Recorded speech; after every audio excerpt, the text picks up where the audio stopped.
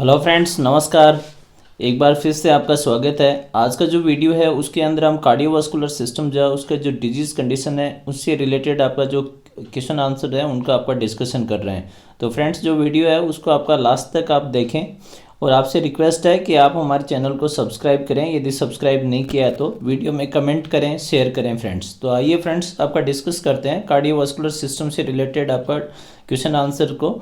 ये जो question answers हैं इनको हम रेशनल के साथ में आपका सोल्व करेंगे और देखेंगे कि आपका कौन सा आपका करेक्ट आंसर है और क्यों है। आपका फर्स्ट क्वेश्चन है, the nurse counts an adult apical heart beat at 110 beats per minute.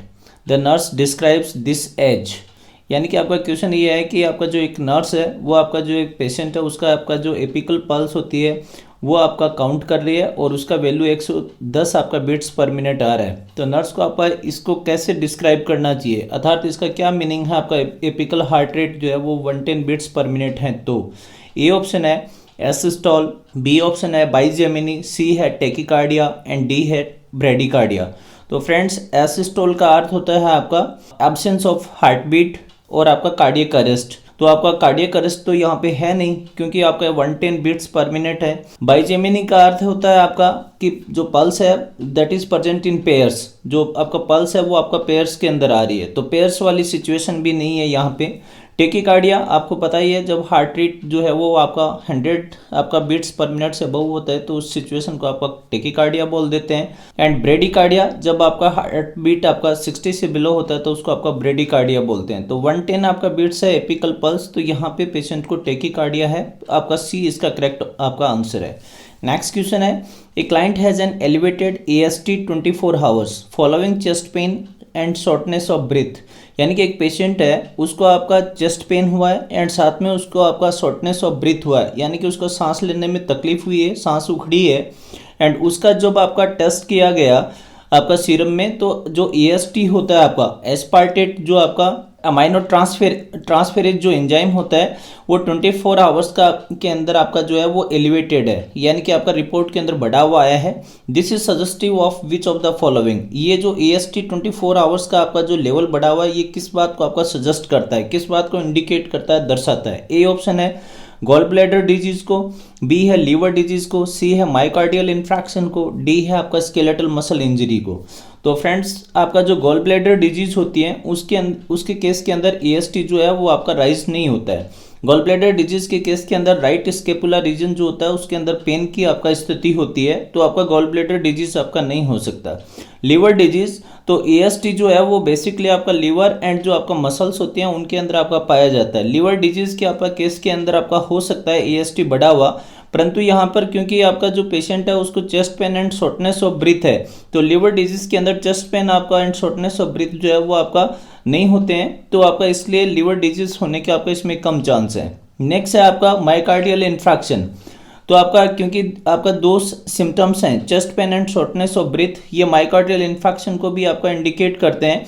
And आपका मायोकार्डियल इन्फ्रैक्शन होता है तो उस केस में AST 24 आवर्स के बाद में यदि आपका चेक किया जाता है तो एलिवेटेड आपका सिचुएशन में होता है। तो डेफिनेटली ये जो आपका है वो मायोकार्डियल आपका इन्फ्रैक्शन को इंडिकेट करता है। एंड लास्ट है आपका स्केलेटल मसल इंजरी। तो अगेन आपका यदि को रिलेट करते हैं सिम्टम्स से तो स्केलेटल मसल इंजरी होने के भी आपका चांस नहीं है, तो इसका करेक्ट आंसर आपका सी होगा, मायोकार्डियल इन्फ्रैक्शन। नेक्स्ट क्वेश्चन है, an adult has a coagulation time of 20 minutes. यानी कि एक आपका वयस्क है और जिसका जो CT है कोएगुलेशन टाइम वो 20 मिनट्स है आपका उसके रिपोर्ट के अंदर। The nurse should observe the client for which of the following. Nurse है उसको आपका क्लाइंट को किस बात के लिए देखना चाहिए, अर्थात तो उसका ये जो आपका CT जो आया है 20 मिनट्स, ये किस चीज़ को आपका इंडिकेट करता है, किस बात को दर्शाता है। ए ऑप्शन है ब्लड क्लॉट्स, बी है आपका एक्यूमोटिक एरियाज, सी है जॉन्डिस एंड डी है इन्फेक्शन। तो यदि हम CT की बात करें फ्रेंड्स तो क्लॉटिंग टाइम की यदि आपका बात की जाए आपका, तो जो नॉर्मल आपका क्लॉटिंग टाइम होता है वो आपका CT जो है वो 9 to आपका 12 मिनट्स होता है आपका नॉर्मल। पेशेंट के केस के अंदर आपका 20 मिनट्स आपका CT आया है और हमें पता है कि यदि 12 मिनट से आपका अबव यदि सीटी है, प्रोलॉन्ग्ड है आपका, तो वो ब्लीडिंग टेंडेंसी को आपका इंडिकेट करता है। तो जो पेशेंट है उसको आपका नर्स को ब्लीडिंग के लिए आपका देखना चाहिए। तो इन ऑप्शंस को यदि देखें तो इनके अंदर एक आपका ऑप्शन दिया हुआ है बी, एक्यूमोटिक एरियाज। एक्यूमोटिक एरिया या एक्यूमोसिस जो है वो आपका ब्लीडिंग को आपका इंडिकेट करता है। यदि हम देखें आपका ब्लड क्लॉट्स, यदि सीटी आपका लेस देन नॉर्मल होता है तो आपका ब्लड क्लॉट्स होने के आपका चांसेस रहते हैं। तो यहाँ पे लेस देन नॉर्मल तो है नहीं, आपका 9 से आपका कम तो है नहीं सीटी, तो यहाँ पे आपका ब्लड क्लॉट्स होने के तो चांस नहीं है, तो ए ऑप्शन नहीं है। एक्यूमोसिस होने के चांसेस हैं क्योंकि आपका जो सीटी है वो प्रोलॉन्ग्ड है, 12 मिनट से आपका अबव है।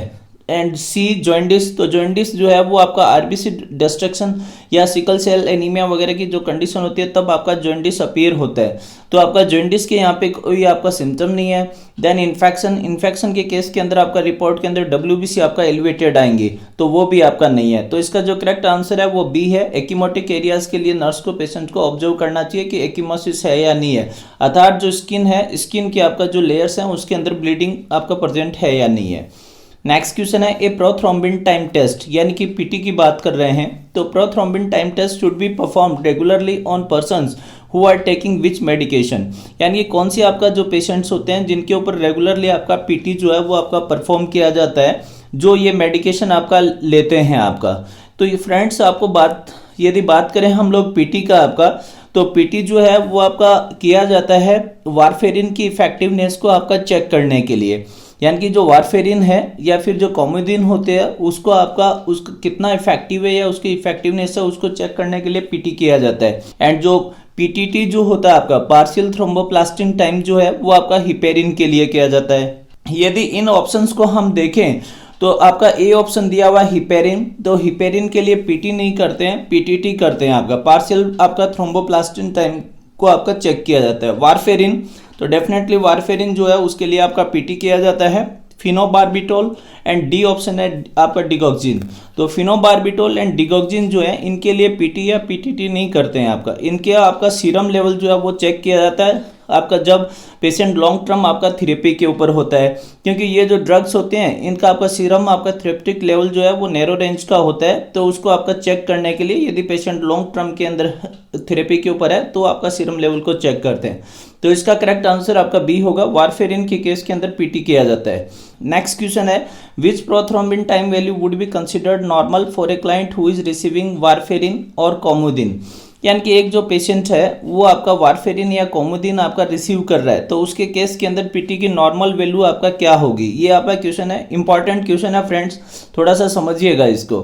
तो आपका यदि नॉर्मल आपका पीटी की बात करें तो 11 to 12.5 सेकेंड आपका नॉर्मल पीटी होता है, प्रोथ्रोम्बिन टाइमिंग होता है। एंड जो पेशेंट्स आपका कॉमोदिन आपका रिसीव करते हैं या वारफेरिन थेरेपी के ऊपर होते हैं उन पेशेंट्स का जो आपका प्रोथ्रोम्बिन टाइम है वो आपका नॉर्मल जो प्रोथ्रोम्बिन होता है उसका 1.5 से लेके आपका 2 टाइम्स आपका अधिक होता है, अर्थात 1.5 से आपका 2 गुना अधिक होता है नॉर्मल आपका पीटी का। तो 11 एंड आपका 12.5 को आपको मल्टीप्लाई करें आपका 1.5 या 2 से तो अप्रोक्सीमेटली 20 सेकेंड्स के अराउंड आपका पीटी होता है। तो आपका ये ऑप्शंस में देखेंगे तो आपका यदि 20 सेकेंड्स के अराउंड कोई पीटी दिया हुआ है तो वो इन पेशेंट्स के लिए नॉर्मल होता है। जो आपका पेशेंट कॉमोदिन रिसीव नहीं कर रहे होते हैं उनके लिए नॉर्मल पीटी 12 सेकेंड होता है। और यदि हम बात करें आपका पीटीटी का तो नॉर्मल जो आपका पीटीटी होता है आपका वो 60 सेकेंड्स का होता है। और यदि पेशेंट आपका हिपेरिन थेरेपी के ऊपर होता है तब आपका जो पीटीटी है वो 1.5 से आपका 2 गुना आपका बढ़ जाता है। तो उस रेंज के अंदर आपका पीटीटी की आपका वैल्यू होगी यदि हिपेरिन थेरेपी पे होगा तो यदि इन ऑप्शंस को देखें तो 12 सेकेंड्स, तो 12 सेकेंड्स जो पेशेंट आपका कॉमोदिन थेरेपी पे नहीं होते हैं उनका पीटी होता है, तो ये ऑप्शन नहीं हो सकता। आपका 20 सेकेंड्स, तो नॉर्मल पीटी का 1.5 से 2 गुना आपका 20 सेकेंड आपका पीटी होता है। तो वारफेरिन वाले पेशेंट्स का 20 सेकेंड्स के अराउंड पीटी होना चाहिए। सी आपका 60 सेकेंड्स, डी है आपका 98 सेकेंड्स। तो 60 और 98 सेकेंड्स तो पीटी के वैल्यू होता ही नहीं है। 60 आपका नॉर्मल आपका पीटीटी है आपका पेशेंट्स का, एंड जो आपका 98 है वो उन पेशेंट्स जो आपका हिपेरिन थेरेपी के ऊपर होते हैं उनका आपका अराउंड लगभग आपका क्या होता है पीटीटी होता है। तो इसका करेक्ट आंसर बी होगा 20 सेकेंड्स। नेक्स्ट क्वेश्चन है the nurse is caring for a client who is receiving heparin what drug should be readily available, यानी कि एक जो पेशेंट है वो आपका हिपेरिन थेरेपी के ऊपर है, उसको नर्स आपका केयर प्रोवाइड कर रही है, तो कौन सा ड्रग जो है वो हमारे पास में बेड साइड आपका रेडिली अवेलेबल होना चाहिए, क्योंकि आपको पता ही है कि जो हिपेरिन है वो आपका टॉक्सिक हो सकता है, तो उसके केस के अंदर आपका एंटीडोट जो होते हैं वो उनको हम रेडी करके रखते हैं। तो ए है विटामिन के, बी है कैफीन, सी है आपका कैल्शियम ग्लूकोनेट एंड आपका डी है प्रोटामाइन सल्फेट। तो फ्रेंड्स हिपेरिन का जो एंटीडोट जो होता है वो प्रोटामाइन सल्फेट होता है, तो आपका प्रोटामाइन सल्फेट का जो आपका है वो आपका बेड साइड के अंदर आपका रेडिली अवेलेबल होना चाहिए। कैल्शियम ग्लूकोनेट जो है वो आपका मैग्नीशियम सल्फेट का आपका एंटीडोट है, तो उसके केस में यूज करते हैं। विटामिन के जो होता है आपका, तो विटामिन के जो है वो वारफेरिन जो होता है उसका आपका एंटीडोट है। यदि विटामिन के की हम बात करें तो विटामिन के जो है वो वारफेरिन जो है उसका आपका क्या है एंटीडोट है, कोमोदिन का आपका एंटीडोट है, उस केस के अंदर आपका रखते हैं। और यदि आपका कैफीन की बात करें तो कैफीन आपका कॉफ़ी होता है जो आपका सीएनएस स्टिमुलेंट होता है, सेंट्रल नर्व सिस्टम को स्टिमुलेट करता है और इससे आपका पेशेंट अधिक अलर्ट होता है एंड साथ में हार्ट रेट बढ़ जाती है। तो ऐसा कुछ इस आपका क्वेश्चन के अंदर दिया हुआ नहीं है, तो इसका करेक्ट आंसर डी होगा आपका, प्रोटामिन सल्फेट हिपेरिन का आपका एंटीडोट है। नेक्स्ट क्वेश्चन है an adult who is receiving heparin ask the nurse why it can not be given by mouth, यानी कि एक आपका एडल्ट है जो हिपेरिन थेरेपी के ऊपर है और नर्स को एक क्वेश्चन पूछता है कि आपका ये जो हिपेरिन है उसको माउथ से क्यों नहीं देते हैं आप, टेबलेट के रूप में कैप्सूल के रूप में क्यों नहीं देते हैं। The nurse responds that heparin is given parenterally because, nurse जो है वो आपका रिप्लाई करती है कि जो हिपेरिन है वो पेरेंटल रूट से ही आपका दिया जाता है, क्योंकि ए ऑप्शन है it is destroyed by gastric secretions, B है it irritates the gastric mucosa, C है it irritates the intestinal lining and D है therapeutic levels can be achieved more quickly. तो फ्रेंड्स हिपेरिन जो है वो एक आपका प्रोटीन है और ये जो प्रोटीन को यदि माउथ से देते हैं तो आपका जो गैस्ट्रिक आपका सिक्रेशंस होते हैं उनके द्वारा ये डिस्ट्रॉय हो जाती है, तो उसको प्रिवेंट करने के लिए हिपेरिन हमेशा आपका आईवी रूट से या सबक्यूटेनियस जो रूट है उससे आपका हिपेरिन को आपका दिया जाता है। तो आपको पता ही होगा कि जो पिक लाइन होती है आपका पीआईसी लाइन हो गया, सीवीपी लाइन या जो सेंट्रल लाइन्स वगैरह होती हैं उनको आपका क्लॉट से प्रिवेंट करने के लिए उनके अंदर आपका क्या करते हैं जो हिपेरिन है वो फ्लश करते हैं आपका, राइट। एंड साथ में जो आपका पेशेंट जो है जो इंक्रीज्ड आपका क्लॉट आपका फॉर्मेशन की रिस्क के ऊपर होते हैं उनको भी आपका हिपेरिन का जो आपका इंजेक्शन है वो आपका देते हैं। तो पेशेंट्स आपका मेजर सर्जरी होती हैं जैसे आपका हिप रिप्लेसमेंट का सर्जरी है, कार्डियक है, तो आपका जो मेजर सर्जरीज के अंडरगोन होते हैं उन पेशेंट्स को आपका जो हिपेरिन है वो आपका दिया जाता है। तो इसका करेक्ट आंसर आपका ए होगा। नेक्स्ट क्वेश्चन है an adult who is admitted for a cardiac catheterization ask the nurse if she will be asleep during the cardiac catheterization। एक जो adult है उसका कार्डियक कैथेटराइजेशन का प्रोसीजर होने जा रहा है और वो आपका नर्स को पूछता है कि भी आपका प्रोसीजर के दौरान वो सो सकता है क्या।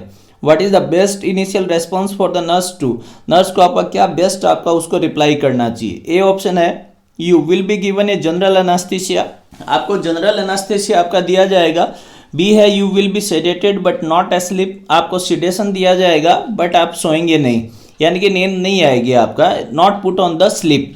देन आफ्टर सी है the doctor will give you an anaesthetic if you are having too much pain, अधिक पेन होगा तो डॉक्टर एनास्थेटिक देंगे। एंड डी है why do you want to asleep, आप क्यों सोना चाहते हैं। तो फ्रेंड्स इसका जो करेक्ट आंसर है वो आपका you will be sedated but not put on sleep, यानी कि नॉट टू स्लीप, ये इसका आपका करेक्ट आंसर होगा। प्रोसीजर के दौरान आपका प्रोसीजर से पहले पेशेंट को आपका सेडेशन देते हैं बट क्योंकि प्रोसीजर में पेशेंट का कोऑपरेशन रिक्वायर्ड होता है इसलिए पेशेंट को आपका स्लीप जो है उसके ऊपर आपका पुट नहीं करते हैं। तो बी इसका करेक्ट आंसर है, एनास्थेसिया आपका नहीं दिया जाता है कार्डियक कैथेटराइजेशन प्रोसीजर के अंडर में। नेक्स्ट क्वेश्चन है the nurse is preparing a client for cardiac catheterisation, एक जो पेशेंट है उसको आपका कार्डियक कैथेटराइजेशन के लिए नर्स प्रिपेयर कर रही है। Which action would the nurse expect to take, कौन सा आपका एक्शन जो नर्स है वो आपका इनमें से लेगी। ए है एडमिनिस्टर ए रेडियो आइसोटोप एज ऑर्डर्ड, यानी कि आपका रेडियो आइसोटोप आपका ऑर्डर किया जाएगा। बी है give the client cleansing enema, cleaning enema आपका दिया जाएगा। सी है locate and mark peripheral pulses, आपका लोकेट करना एंड मार्क करना पेरिफेरल पल्सेस को। एंड डी है increase high fluid intake before the test, यानी कि आपका टेस्ट से पहले हाई फ्लूइड इनटेक को आपका इंक्रीज करना। तो ए ऑप्शन जो आपका है रेडियो आइसोटोप आपका एडमिनिस्टर करना। तो फ्रेंड्स बता देता हूँ कार्डियक कैथेटराइजेशन का यदि प्रोसीजर है तो रेडियो आइसोटोप जो है वो एडमिनिस्टर नहीं किया जाता है, आयोडीन जो आपका डाई होता है उसका आपका यूज किया जाता है।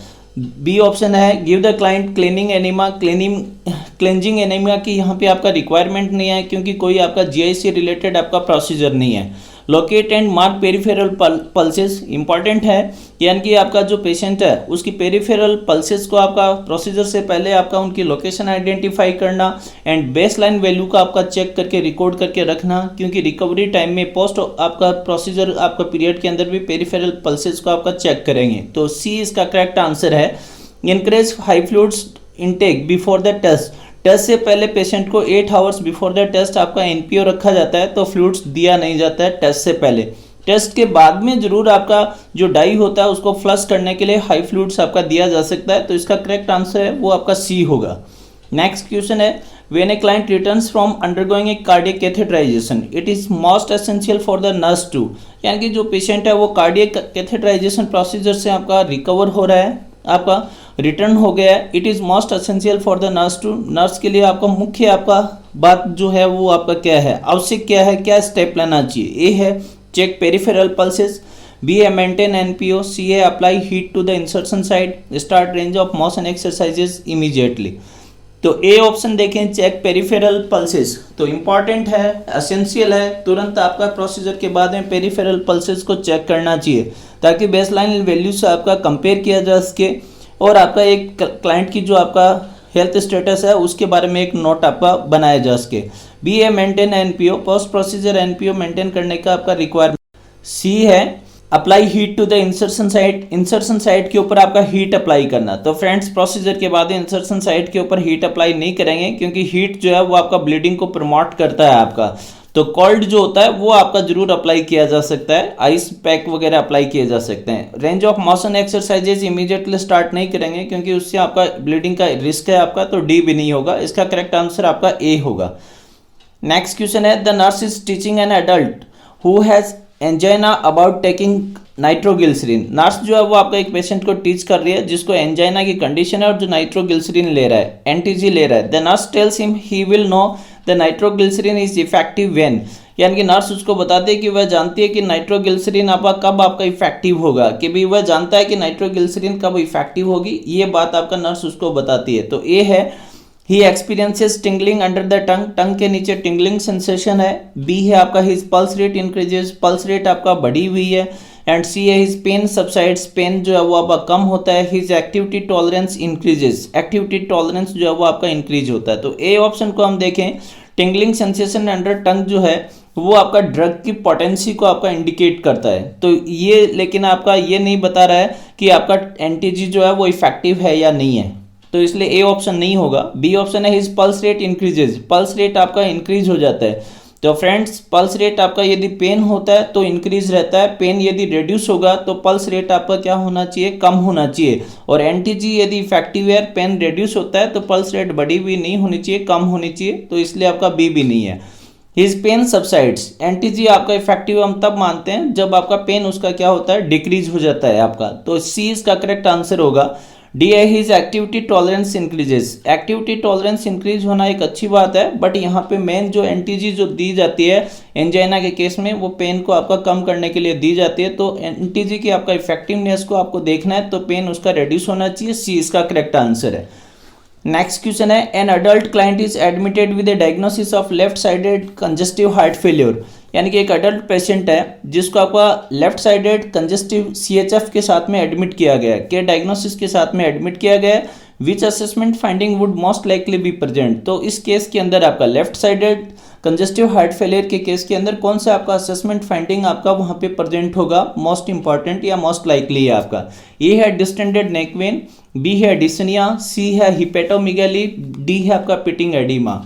तो फ्रेंड्स याद रखो यदि right sided congestive heart failure है तो फ्लूइड आपका ओवरलोड, और इस आपका देखें ऑप्शंस को, तीन ऑप्शंस जो है वो आपका फ्लूइड ओवरलोड का आपका इंडिकेट करते हैं। डीएनवी जो होता है डिस्टेंडेड नेक वेन्स वो आपका फ्लूइड ओवरलोड को इंडिकेट करता है, हिपेटोमेगाली इंडिकेट करता है, रिपीटिंग एडिमा।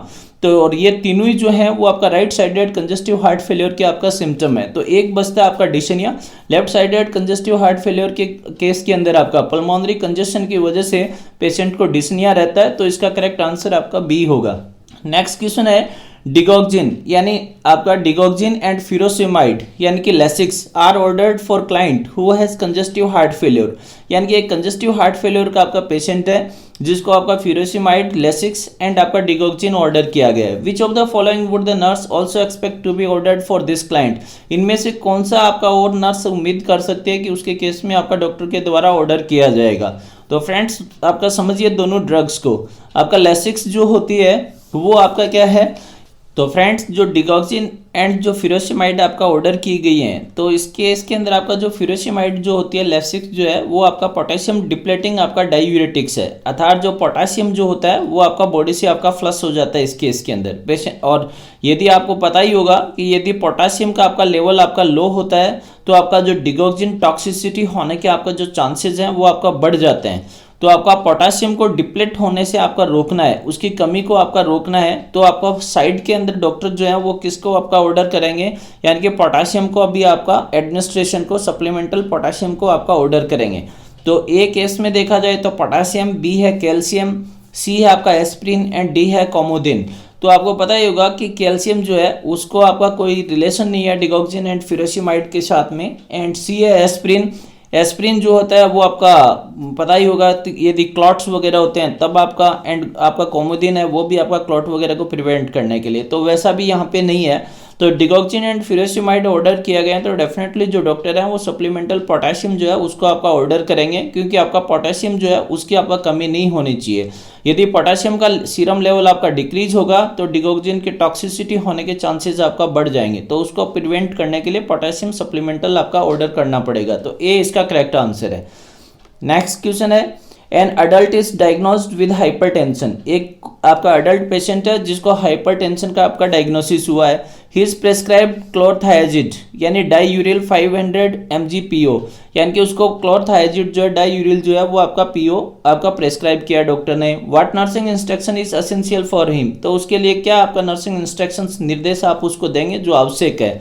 तो पहले देखते हैं ड्रग जो आपका दी गई है वो आपका क्लोरथायाजिड आपका जो है डाईयूरिल वो प्रेस्क्राइब की गई है, एंड क्लोरथायाजिड जो है वो अगेन पोटेशियम डिप्लेटिंग आपका डाईयूरेटिक्स है, और यदि डाईयूरेटिक्स है पोटेशियम डिप्लेटिंग तो डेफिनेटली उसकी बॉडी के अंदर पोटेशियम का कमी नहीं होना चाहिए। अब चलते हैं ऑप्शन देखते हैं। ए है drink at least 2 quartz of liquid daily, तो आपका डेफिनेटली हाइपरटेंशन का है तो हाई फ्लूइड्स तो आपका देंगे ही नहीं आपका, तो ऐसा तो कोई आपका इंडिकेशन नहीं है। बी है अवॉइड हार्ड चीजेस को आपका अवॉइड करना है, तो आपका उससे भी संबंधित आपका हाइपरटेंशन से रिलेटेड ये ऑप्शन नहीं है। देन सी है ड्रिंक ऑरेंज जूस और ईट ए बनाना डेली, बनाना के अंदर आपका पोटेशियम होते हैं डेफिनेटली, ऑरेंज जूस के अंदर भी, तो आपका सी जो है वो आपका करेक्ट ऑप्शन है, ड्रिंक ऑरेंज जूस और ईट ए बनाना डेली। ये इंस्ट्रक्शन हम पेशेंट को देंगे ताकि उसकी बॉडी के अंदर पोटेशियम की कमी नहीं हो। एंड डी है do not take aspirin, aspirin जो है वो आपका नहीं लें, तो एस्प्रिन जो है वो आपका क्लॉटिंग के लिए होता है, हाइपरटेंशन से कोई आपका रिलेशन नहीं है, तो करेक्ट आंसर इसका सी होगा। नेक्स्ट क्वेश्चन है which assessment finding most likely indicate that a client has thrombophlebitis in the leg, यानी कि इनमें से कौन सा असेसमेंट फाइंडिंग आपका ये इंडिकेट करती है कि पेशेंट को लेग के अंदर थ्रोम्बोफेल्बाइटिस है। आपका थ्रोम्बोफेल्बाइटिस किसको बोलते हैं, आपका इन्फ्लेमेशन ऑफ द वेन्स।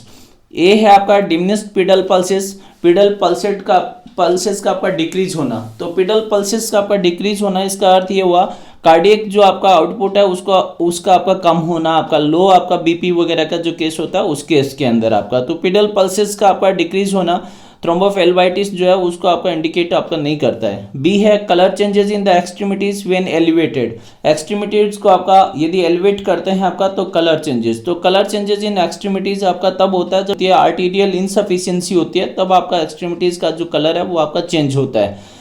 तो ऐसा भी आपका नहीं है जो, तो आर्टीरियल इनसफिशिएंसी है वो थ्रोम्बोफेल्बाइटिस के अंदर नहीं है। सी है आपका रेड एंड साइनी स्किन, यानी कि आपका रेड एंड साइनी आपका स्किन, तो डेफिनेटली फ्रेंड्स यदि थ्रोम्बोफेल्बाइटिस है तो उस केस के अंदर आपका पेशेंट की जो लेग्स होती हैं वो आपका रेड हो जाती हैं, साइनी होती हैं, वार्मथ होता है, टेम्परेचर आपका बढ़ा हुआ होता है। डी है coolness and pallor in the leg, तो थ्रोम्बोफेल्बाइटिस से रिलेटेड आपका कूलनेस एंड पालोर जो है वो आपका सिम्टम नहीं है, तो इसका जो करेक्ट आंसर होगा वो सी होगा, रेड एंड साइनी आपका स्किन।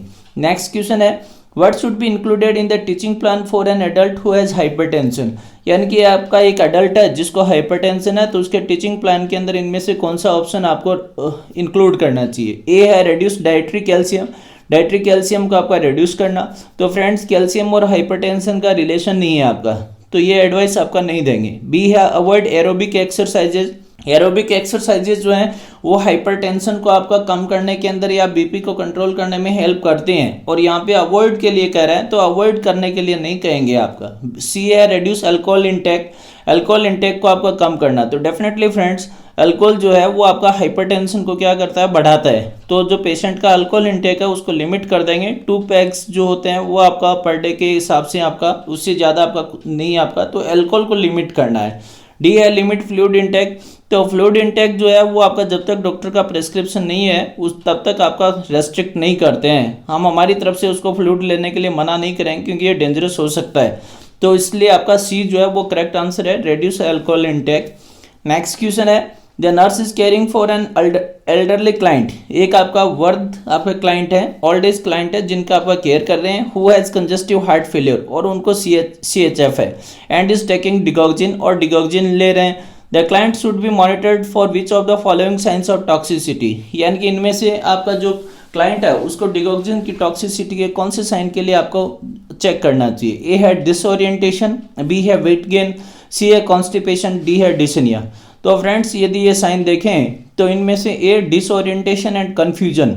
डिसओरिएंटेशन एंड कन्फ्यूजन जो है वो आपका मोस्ट इंपॉर्टेंट अर्ली साइन है आपका डिगॉक्सिन आपका टॉक्सिसिटी के। बी है वेट गेन। वेट गेन आपका साइन नहीं है डिगॉक्सिन टॉक्सिसिटी का। कॉन्स्टिपेशन, तो कॉन्स्टिपेशन आपका बेड रिडन की वजह से हो सकता है, बट डिगॉक्सिन टॉक्सिसिटी के केस में कॉन्स्टिपेशन नहीं हो करके डायरिया होता है। डी और डी से याद रखिए, डिगॉक्सिन के केस में डायरिया होता है, डिसनिया नहीं होगा पेशेंट को। तो ए इसका करेक्ट आंसर है, डिसओरिएंटेशन एंड आपका जो कन्फ्यूजन। डिसनिया जो है वो आपका left sided congestive heart failure होता है तब आपका हो सकता है आपका, बट यहाँ पे डिगॉक्सिन टॉक्सिसिटी के लिए देख रहे हैं तो उसके लिए डिसओरिएंटेशन एंड आपका जो कन्फ्यूजन है वो आपका अर्ली सिम्टम है आपका। ए इसका करेक्ट आंसर है। नेक्स्ट क्वेश्चन है an adult is admitted with venous thromboembolism. एक जो आपका पेशेंट है उसको विनस थ्रोम्बोइम्बोलिज्म के साथ में आपका एडमिट किया गया है, यानी कि वेन्स के अंदर आपका इम्बोलाई है, क्लॉट्स हैं। What treatment should be nurse expect during the acute stage. Acute stage के अंदर उसको क्या ट्रीटमेंट आपका दिया जा सकता है, क्या हमें उम्मीद रखना चाहिए या एक्सपेक्ट करना चाहिए। ए है application of an elastic stockings, elastic stockings apply करना। बी है एम्बुलेशन 3 टाइम्स ए डे, उसको एम्बुलेट करना 3 टाइम्स। सी है passive range of motion exercises to the legs, legs को पैसिव आपका एक्सरसाइजेस। एंड डी है use of ice packs to control pain, pain को control करने के लिए आपका आइस पैक। तो फ्रेंड्स इंपॉर्टेंट क्वेश्चन है, ये जो आपका पेशेंट है विनस थ्रोम्बोइम्बोलिज्म का, यानी कि जो आपका क्लॉट्स बने हुए हैं वेन्स के अंदर, तो इस पेशेंट के अंदर केस के अंदर इलास्टिक स्टॉकिंग्स होती हैं वो आपका अप्लाई की जाती हैं ताकि आपका जो क्लॉट है उसको आपका बनने से आपके फर्दर प्रिवेंट किया जा सके आपका। तो ए इसका आप जो करेक्ट आंसर है। बी जो ambulation 3 times a day, ambulation आपका नहीं करते हैं क्योंकि आपका जो क्लॉट होता है वो आपका डिसलॉज हो सकता है, सर्कुलेशन में एंटर हो सकता है और आपका लंग्स में जाकर के पल्मोनरी एम्बोलिज्म का कारण बन सकता है। Passive range of motion exercises to the legs, leg का आपका पैसिव आपका जो रेंज ऑफ एक्सरसाइजेज है वो भी आपका अप्लाई नहीं करेंगे, एक्सरसाइजेज की वजह से भी क्लॉट आपका डिसलॉज हो सकता है। एंड आइस पैक्स, तो आइस पैक आपका जो ब्लड वेसल्स है उनको कॉन्स्ट्रिक्ट करेगा, कंडीशन और आपका खराब करेगा, तो आइस पैक भी अप्लाई नहीं करेंगे। इसके केस के अंदर आपका जो इलास्टिक स्टॉकिंग्स जो होती हैं वो आपका अप्लाई करना जो है वो आपका सही रहेगा। ए इसका करेक्ट आंसर है। नेक्स्ट क्वेश्चन है what should be included in food care for the client who has a peripheral vascular disorder. एक पेशेंट है उसको आपका पेरिफेरल वास्कुलर डिसऑर्डर है, उसका फूड केयर के अंदर क्या चीज़ आप इंक्लूड करेंगे। ए है soaking the fit for 20 minutes before washing them, यानी कि आपका फिट को आपका 20 मिनट तक आपका पानी के अंदर डुबो के रखेंगे उनको वॉश करने से पहले। बी है walking barefoot only on carpeted flowers, barefoot चलने के लिए कहेंगे। तो डेफिनेटली फ्रेंड्स यदि पेरिफेरल वास्कुलर डिसऑर्डर का पेशेंट है तो बेयरफुट तो आपका चलने के लिए कहेंगे ही नहीं, क्योंकि कोई भी आपका पिंस वगैरह कुछ हुआ फ्लोर के ऊपर तो वो चुभ सकते हैं। सी है अप्लाइंग आपका lotion between the toes to avoid cracking of the skin, यानी कि टोज के बीच में आपका लोशन को अप्लाई करना नहीं करेंगे, आपका उसको अवॉइड करेंगे, क्योंकि आपका यदि लोशन आपने अप्लाई किया तो वो ड्राई होगा और वहां पे आपका जो स्किन ब्रेकडाउन का कारण बन जाएगा। फुट के ऊपर अप्लाई कर सकते हैं बट बिटवीन टोज नहीं करेंगे। डी है avoiding exposure of the legs and feet to the sun, यानी कि जो लेग्स हैं जो हैं एंड फिट, उसका सन के अंदर आपका एक्सपोजर को अवॉइड करना। तो इसका जो करेक्ट आंसर होगा वो आपका डी होगा। उसका जो फिट एंड लेग्स हैं उनको आपका सन एक्सपोजर को अवॉइड करना चाहिए, अदरवाइज स्किन ब्रेकडाउन का आपका चांसेस रहते हैं। तो डी इसका करेक्ट आंसर होगा। नेक्स्ट क्वेश्चन है, an older adult is admitted to the hospital with symptoms of severe dyspnea, orthopnea, diaphoresis, bulbing respiration and cyanosis. He states that he is afraid something bad is about to happen. How should the nurse position this client? इस patient को अब क्या position आपका nurse को देना चाहिए? तो friends पहले आपका सिम्टम देखते हैं। सीवियर डिस्निया बता रहे हैं, orthopnoea, diaphoresis, bubbling respiration and cyanosis आपका बता रहे हैं। डेफिनेटली पल्मोनरी कंजेशन आपको इंडिकेट कर रहे हैं, आपका पल्मोनरी एम्बोलिज्म आपका इस केस के अंदर आपका हो सकता है। और यदि पल्मोनरी कंजेशन है तो जो पेशेंट होता है उसको आपका सिटिंग अपराइट आपका पोजीशन देना चाहिए।